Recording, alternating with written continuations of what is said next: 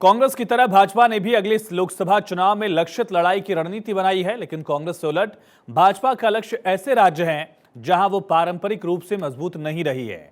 एक तरफ कांग्रेस ने ऐसे राज्यों को लक्ष्य किया है जहां वो अकेले या गठबंधन के साथ मजबूत है, जबकि भाजपा ने ऐसे राज्यों पर फोकस किया है जहां वो पारंपरिक रूप से मजबूत नहीं है, लेकिन जातीय सामाजिक समीकरण ऐसे हैं कि वो जीत सकती है। तभी से सबसे पहले पश्चिम बंगाल को बीजेपी ने लक्ष्य बनाया, जहां वो पिछली बार 18 सीटों पर जीती थी। इस बार पार्टी ने राज्य की 42 में से 35 सीटें जीतने का लक्ष्य रखा है। पार्टी कितनी गंभीर है, इसका अंदाजा इस बात से लगाया जा सकता है कि मंगलवार को पार्टी के राष्ट्रीय अध्यक्ष जेपी नड्डा और केंद्रीय गृह मंत्री अमित शाह एक साथ बंगाल के दौरे पर पहुंचे।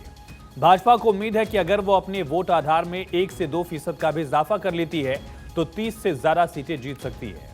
भाजपा के जानकार नेताओं के मुताबिक पार्टी को लग रहा है कि अगर कुछ राज्यों में सीटों का नुकसान होता भी है तो उसकी भरपाई बंगाल से हो सकती है।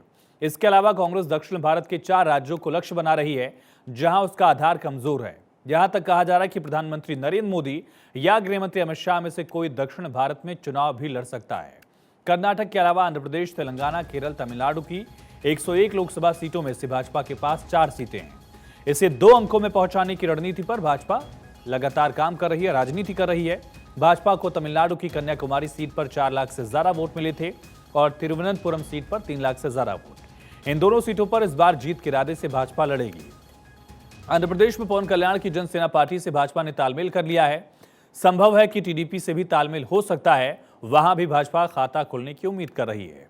तेलंगाना में पिछली बार उससे 4 सीटें मिली थी, इस बार उसमें इजाफा करने की रणनीति पर पार्टी काम कर रही है।